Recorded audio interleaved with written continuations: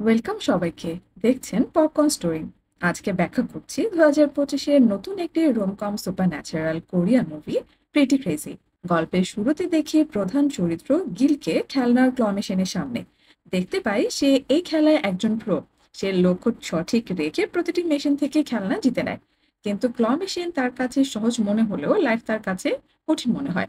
তখন ফ্ল্যাশব্যাকে গিলকে দেখায় যে সে অফিসের পরিবেশে নিজেকে মানিয়ে নিতে বেশ ঝামেলায় পড়েছিল। ফলাফল, সে তার চাকরি হারায়। পরদিন সকালে গিল দেখে তাদের অ্যাপার্টমেন্টের ঠিক নিচের ফ্ল্যাটে নতুন ভাড়াটিয়া এসেছে।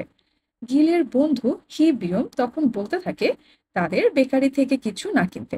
তখন গিল জানতে পারে যে কাছেই নতুন ভাড়াটিয়ারা একটি বেকারি শপ ওপেন করেছে।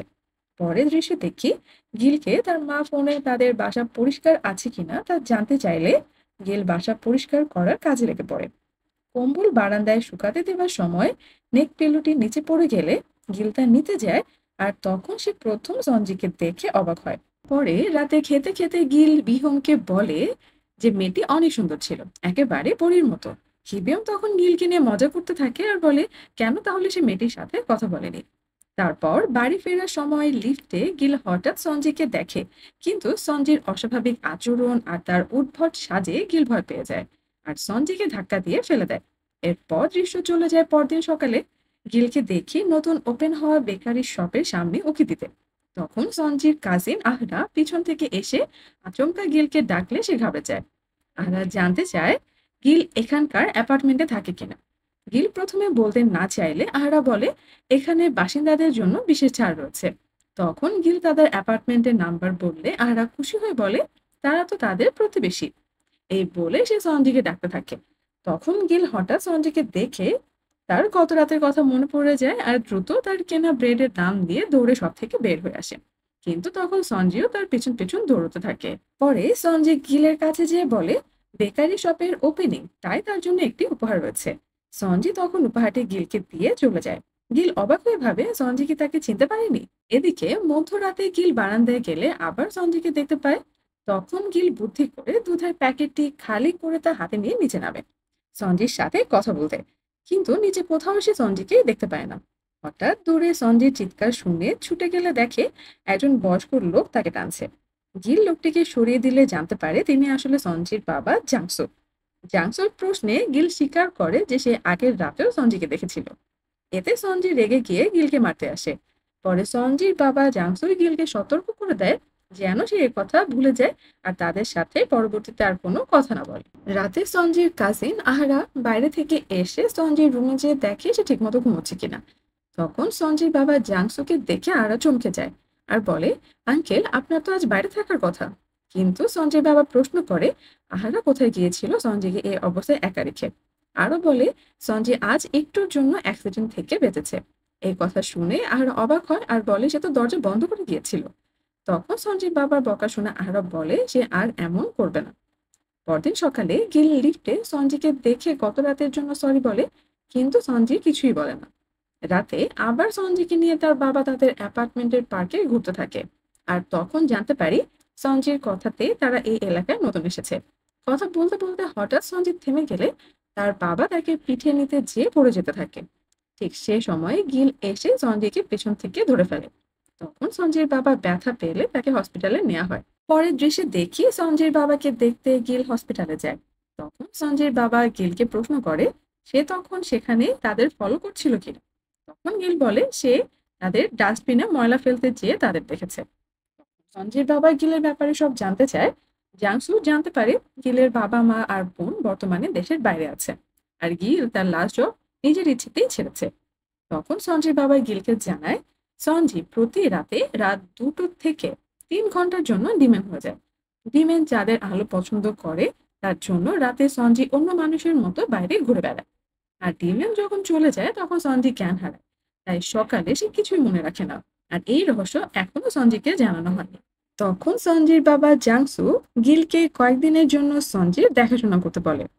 প্রথম রাতে সঞ্জয় ডিমের রূপ দেখে ভয় পেয়ে গিল সরে আসতে চাইলে জাংসু তাকে বোঝায় ডিমের মানুষের মন নিয়ে খেলে আর ভয় দেখায়। তাই তিনি গিলকে কেয়ার গিভারের মতো থাকতে অনুরোধ করেন আর বেকারিতে গিলের একটি চাকরির ব্যবস্থা করে দেন। শপে গিলকে আহারাত জানায় স্বাভাবিক সঞ্জয় কিছুই মনে রাখে না, কিন্তু ডিমের রূপে সঞ্জি সবকিছু পরিষ্কার মনে রাখে। এই কথা শুনে গিল অবাক হয়ে যায়। তারপর দেখি রাতে আবার ডিমের রূপে সঞ্জি গিলের সাথে ঘুরতে বের হয়। তখন ডিমের রূপে সঞ্জি গিলের সাথে মজা করতে থাকে। হঠাৎ ডিমেন থেমে যেয়ে গিলকে বলে যে সে তাকে পছন্দ করে। গিল তখন সন্দেহ করে সবকিছুই হয়তো ফানি ভিডিওর ফাঁদ। পরে ডিপার্টমেন্টাল শপে গিয়ে সঞ্জি প্রতিযোগিতা করে প্রচুর খাবার খায়। সেখানে গিল জানতে পারে সঞ্জির পূর্বপুরুষদের অন্যায়ের কারণে তাকে এই অভিশাপে ডিমেন শাস্তি দিচ্ছে। ডিমেন গিলকে হুমকি দেয় আর তার কথা না শুনলে সঞ্জির ক্ষতি করবে সেটিও বলে। শেষমেশ গিল বাধ্য হয়ে ডিমেনের শর্ত মেনে নেয়। দিনে বেকারিতে স্বাভাবিক সঞ্জি আর রাতে ডিমেন রূপে সঞ্জি, এই দুই দিক গিল সামলাতে থাকে। গিল আহারার সাথে আলোচনা করলে সে বলে ডিমেনের সাথে দুর্বল না হয়ে কঠিন ভাবে আচরণ করতে হবে। গিল জানতে পারে আরো যে ডিমেন বাজি ধরতেও পছন্দ করে। তাই সে হঠাৎ করে একদিন ডিমেনকে ক্ল মেশিনের বাজি প্রস্তাব দিয়ে বসে। শর্ত বলে যদি গিল জিতে তাহলে ডিমেন সঞ্জিকে ছেড়ে দিবে, আর যদি হারে তাহলে সঞ্জির ডিমেনের যে সময় তার দ্বিগুণ হবে।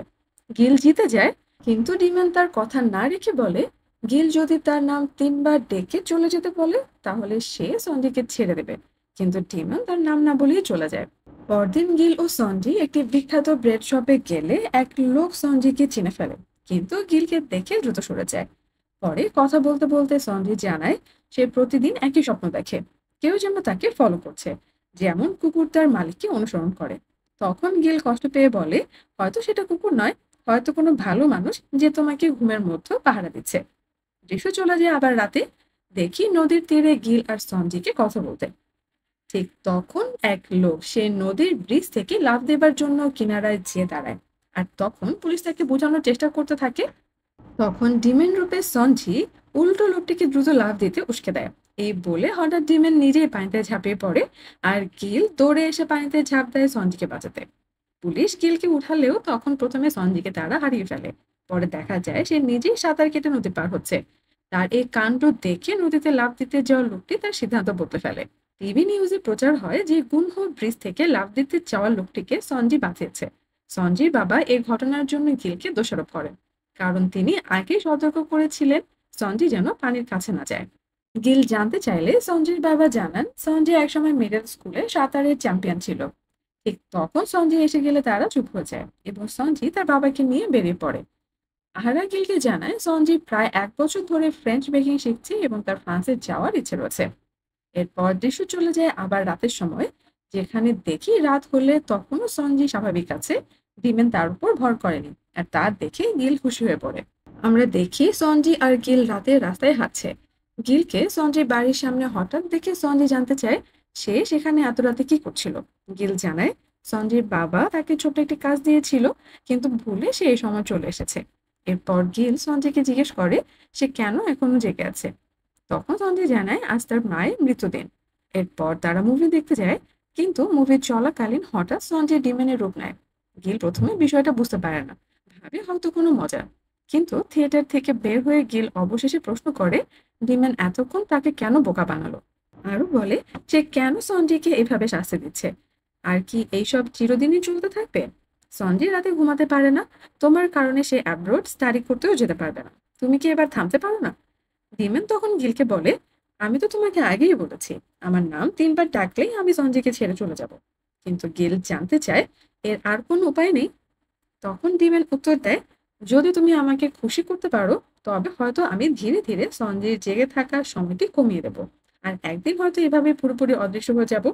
গিল জানতে চায় তাহলে কি করলে তুমি খুশি হবে। ডিমেন তখন বলে এখনই আমাকে ট্রাম্পোলিন পার্কে নিয়ে যাও, আর গিল তাতে রাজি হয়ে যায়। এরপর ডিমেন হঠাৎ সমুদ্রের একটি ছবি দেখে তার সামনে দাঁড়িয়ে পড়ে। গিল প্রস্তাব দেয় আমরা এখনই যেতে পারি, কিন্তু রাতে তো কিছু দেখা যাবে না। ডিমেন বলে তখন দিনের আলোতে সঞ্জিকে সমুদ্র দেখাতে নিয়ে যেও। গল্প কিন্তু এখানেই শেষ নয়, তাই এমন কোরিয়ান মুভি ব্রেকডাউন পেতে পপকর্ন স্টোরি চ্যানেলটি সাবস্ক্রাইব করতে ভুলবেন না। পরবর্তী পার্টে দেখা হবে।